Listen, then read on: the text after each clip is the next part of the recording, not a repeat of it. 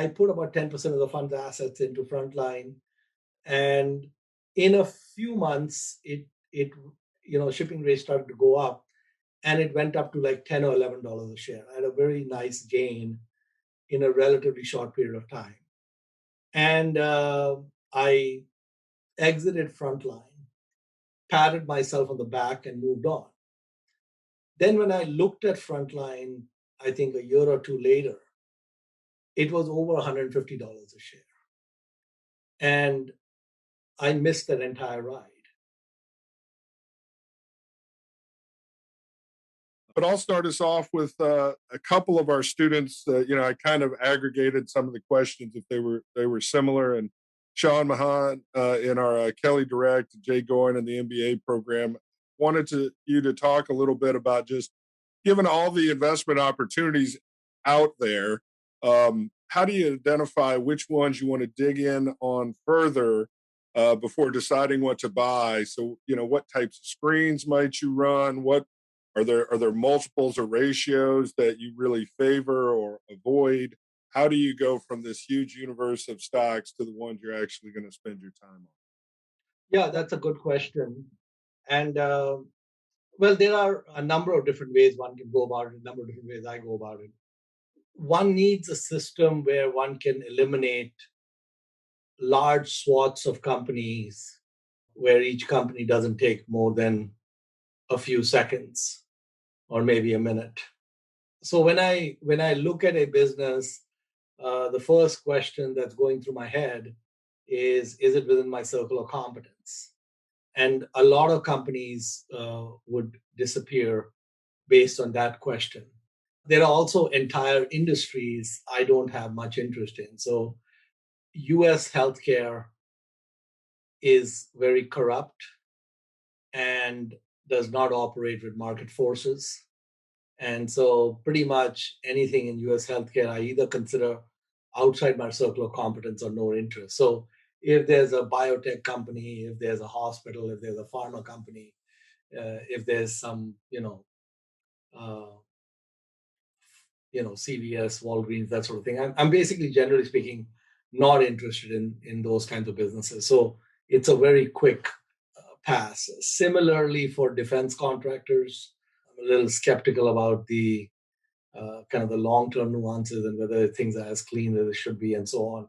So not of much interest. And also, a lot of tech names tend to be high flyers, and they tend to lose me on valuation and such. So even there, we're done pretty quickly. I mean, if I look at Snowflake, it would take me like about 15 seconds to move on. And so a lot of things get eliminated relatively quickly. There has to be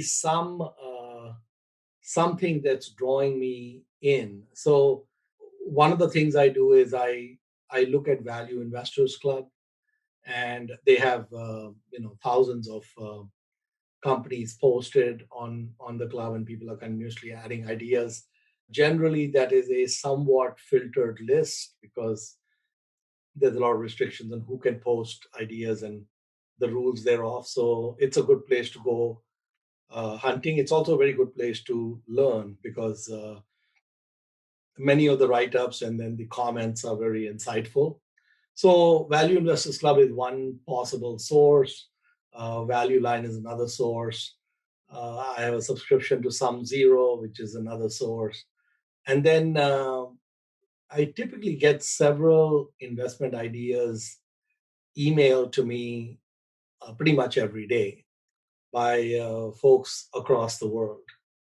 And I look at those as well. And again, many of those may not fit for a variety of reasons. But when you go through all of this, some ideas and some companies stick out, and then I'll spend more time on them. The objective when I'm looking at a business is to, as quickly as possible, say no and move on. So if I can say no in 15 seconds, that's great. In some cases, it might take a minute. In some cases, it might go to 15 minutes. And then I might say no. In some cases, it might go to a few days. But the idea is that to be really good at saying no. So the business should be able to convince a very deep skeptic that it deserves more time and a spot in the portfolio. So that's generally how I go about it. As a follow up, one of our students, Justice Boyce, you mentioned your circle of competence. How do you kind of balance the idea of circle of competence and diversification within your portfolio? Yeah, so I don't think one needs to be, so one would not compromise on circle of competence for diversification. Diversification actually is overrated. And if you look at most entrepreneurs, Sam Walton and others, through their entire lives, they had no diversification and they didn't have any sleepless nights because of that. So there are also examples. I always give the example of Charlie Munger's friend, John Arriaga, who only invests in real estate within 2 miles of the Stanford campus, and he's a billionaire. And his circle of competence is extremely narrow. It's not even real estate, it's real estate in a very specific geography. And if you looked at his portfolio, you would say, well, this looks very concentrated. But that has not stopped him from doing extremely well. So even if you understand just a couple of things or a couple of industries or even a single industry, and your portfolio was focused on that industry or even focused on just two or three stocks, as long as the competence is solid, one should not be compromising to get more diversified. Could you just touch on, where how do you, judge if you're, as you're trying to look through your circle of competence, where you feel that you have competence and not? What kind of level of knowledge do you have to feel like you get to in order to feel comfortable that that's included in your circle of competence? Yeah, so to ask the question is to answer it. So if you find yourself asking yourself the question, is this within my circle of competence? I can just make it very quick for you. It is not. And if you find yourself asking a question, what is this business worth? Again, it's not within your circle of competence. So if something is in your circle of competence, you would know it really well. You would know the two or three variables that would drive most of the outcome in the long term. The valuation of the business would be quite apparent. And so it is very important to stay dead center in your circle of competence. Usually, there is not a fine, clear boundary between competence and incompetence. So, as you move away from the center, the degree of competence goes down, and the risk factors on investing in those businesses goes up. So, as close as you can stay to the center of your circle of competence is the critical part. So don't be concerned that you don't understand many things. I'd say I probably don't understand 99% of stocks, and I'm not particularly breaking out in hives about it. And so you don't need to understand a lot of things. You just need to understand a few things well and stick to those few things. Great. Chris, Morton asked a question in chat. Are you able to ask it, or do you need me to ask it, Chris? Yeah, I can ask it if you want. Yep. So in the Dhandho Investor, you had an example of a business you had to research to become competent. I think it was shipping barges. So my question basically is, in the context of that example in the book, when you're first starting out in the investment world, when do you recommend digging in to become competent in a business versus taking a pass? Does that make sense? Absolutely. So I think the shipping company, at the highest level, shipping isn't that complicated. And I was intrigued about a few things I had read. So I said, let me dig in some more here to understand. So I believe the business was these are ships that were VLCCs, very large crude carriers. And at the time, there were 400 of those ships in the world. And so these VLCCs are specialized ships that transport crude. And so, yeah, I mean, I didn't think shipping was too difficult a business for me to get my arms around. I wasn't very familiar, or I wasn't familiar at all with crude shipping, but I was curious about it. So I said, okay, let me see if I can read up on this and understand how the business and the industry works. And it didn't seem that complicated to figure out. And, I was able to use a heuristic that one of my friends in commercial real estate had told me. And I realized that that same heuristic and that same mental model would work in shipping. And so there was an insight which I had gleaned, and I thought that that insight would work in this area as well. So in commercial real estate, especially if you're talking about tall office towers, 30, 50-story type office towers in large metro areas. Generally speaking, those office towers may take 4 to 6 years to get built or come to fruition from the time that the someone has the land and creates a plan and tries to get the permits. It might be easily 5 years before the building is ready.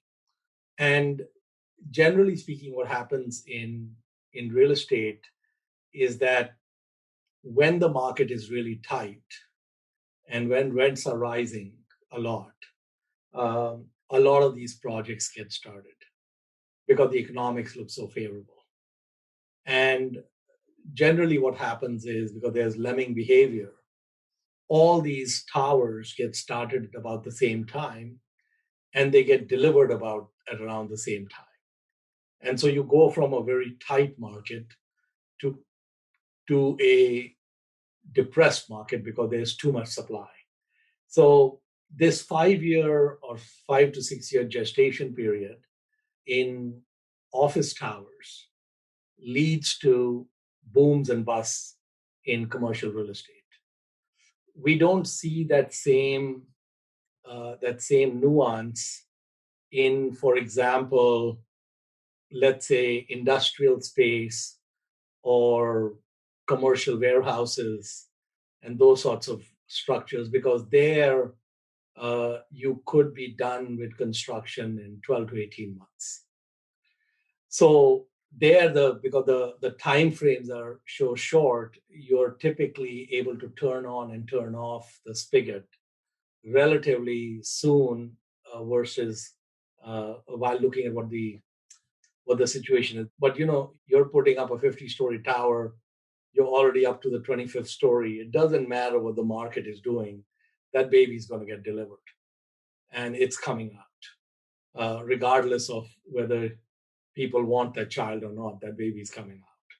And so that same, I noticed that when I was looking at the VLCC market, it had a similar attribute. So there are only 3 or 4 places where these ships get built, mainly the Korean shipyards.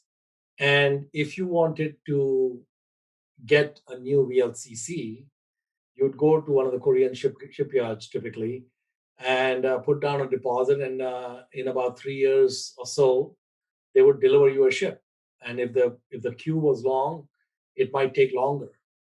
And so these shipping rates in VLCCs, I noticed, had very extreme fluctuations. They could go as low as $5,000 a day to as much as $200,000 or $250,000 a day. So there was a very wide range, way more than commercial rents. Commercial rents in office towers do not have a 50-to-1 variance in rents over even decades. But in the shipping business, you can see pretty large variances. So whatever I had learned about the office tower business, I realized that it was on steroids in the VLCC business. And the booms and busts would get even more exaggerated because of that huge variance. So these were some of the factors that made it interesting to look at that business. So it was really understanding the dynamics of how daily rates are determined for shipping crude oil, and how you couldn't instantaneously increase the fleet even if demand went up, because it would just take time to build those ships, etc. So I think what you can do is, if you are curious, I think that learning about different businesses and learning about different industries and nuances is always been of interest to me. I love to kind of know how the world works. Whether we get to the point whether we can make an investment or not is the second question. So sometimes we can read or learn enough where we feel we really got it nailed. We understand the dynamics that would drive that result. And just to go a little further, because there's so much great learning in that shipping example, is the company I was looking at the time is called Frontline, and they were the largest operator of VLCCs in the world at the time. I think the global fleet, was around 350 to 400 ships, and they had about 80 ships. And the unusual thing about Frontline was that 100% of their fleet was on the spot market. So there are two ways, if you are a ship owner, that you can run your fleet. One way is you can sign long-term lease agreements with, let's say, for example, Aramco or Exxon or whoever, some refiner, so that they would say, yeah, I will lease your ship at, $20,000 a day for the next 2 years, for example. And in that case, whether they're using the ship or not, or whatever's happening, you're getting paid. And so your cash flows are really stable. Or you could be at the other end of the spectrum where you're saying, I'm only willing to rent per voyage. And so when you have a ship that needs to go from Saudi Arabia to Louisiana, and that journey may take maybe 25 days or something, you can rent the ship for 25 days on the spot market at that time. So Frontline had their entire fleet on the spot market. They also had debt on their ships, but the debt was tied to individual ships. So it was like a mortgage on each ship, and it was non-recourse to the parent. So at the time I was looking at Frontline, shipping rates had collapsed, mainly because demand for oil had gone down, and shipping rates had collapsed to less than $10,000 a day, $8,000 or $10,000. And at those prices, they're losing money. They cannot make ends meet at that price. So when shipping rates collapse like that, there's a second nuance that kicks in. So I'm sorry I'm taking a little bit of time, but just to explain kind of how things work, because these are all things I learned when I was looking at it, is after the Exxon Valdez went aground in Alaska, there were a set of new regulations that came out around oil carrying ships. And they mandated that all the new ships that get built needed to be double hulled. So all the ships that were built after the Exxon Valdez crash were required to be double hulled. And the ships before that Exxon Valdez incident were single hull. And in the shipping business, when you rented these ships, single hull ships, which still existed, they were older, rented for lower rates per day than double hull ships. But when rates collapsed like below 10,000, what that meant was there were too many ships. And so nobody was renting single hull ships because the delta between single and double hull disappeared. And so typically there were these maverick Greek owners of these single hull rust buckets. And they're sitting on this fleet and no one's renting it. And scrapping of those ships skyrockets during those times. So the ship owners look at it. So one thing that real estate guys do is they project present circumstances to infinity. If current rents are high, they believe rents will always be high. And the ship owners are even more extreme than the real estate guys. So if the shipping rates are 250,000 a day, they believe they will always be 250,000 a day. And they all go to the Korean shipyards and place a gazillion orders for ships all at the same time. Okay. So when the ship rates are low, like 8 or 10,000, all these, Greek ship owners rush to all the scrapping yards and say, take my ship and give me the price of the metal. Because they just assume they'll never be rented or whatever else and so on. And they anyway know that there are these maritime regulations that make it harder and so on. So what ends up happening when rates are low is the fleet might decline from 400 ships to 370 ships or 350 ships because of all the scrapping. Then when oil demand comes back up, now you don't have those 50 ships. So typically what you would see is that it would go even more asymptotic than Bitcoin. The shipping rates would go from 10,000 a day to 200,000 a day in the space of 3 weeks or 2 weeks. It would go really fast because literally you couldn't find a ship, right? So everyone's clamoring for them. So when I looked at Frontline, I did a very simple calculation. I said there was a website which would tell you what the selling price of these ships were. So I just looked at their fleet and said, okay, if you shut down the business and sold all the ships, what would you get and how much is the debt and what would you end up with and what's the stock price? And the stock price was, I think, $4 or $5 and liquidation value was like $8 or $9 per share. So I said, there's no way to really lose money over here because if all hell breaks loose, they can keep selling ships. And as they keep selling ships, they'll make more than the stock price. And so I put about 10% of the fund's assets into Frontline, and in a few months, it shipping rates started to go up, and it went up to like $10 or $11 a share. I had a very nice gain in a relatively short period of time, and I exited Frontline, patted myself on the back, and moved on. Then when I looked at Frontline, I think a year or two later, it was over $150 a share. And I missed that entire ride because, like I said, it went to the other end, which was euphoria. And of course, my whole thesis was around just something where I couldn't lose money, but I could have been a little bit more savvy about the fact that when you have these extreme compressions, you're probably going to see a pop on the other end. And I could have, for example, kept a small position or something, but such is life. So sorry to tell you more about shipping than you ever wanted to know.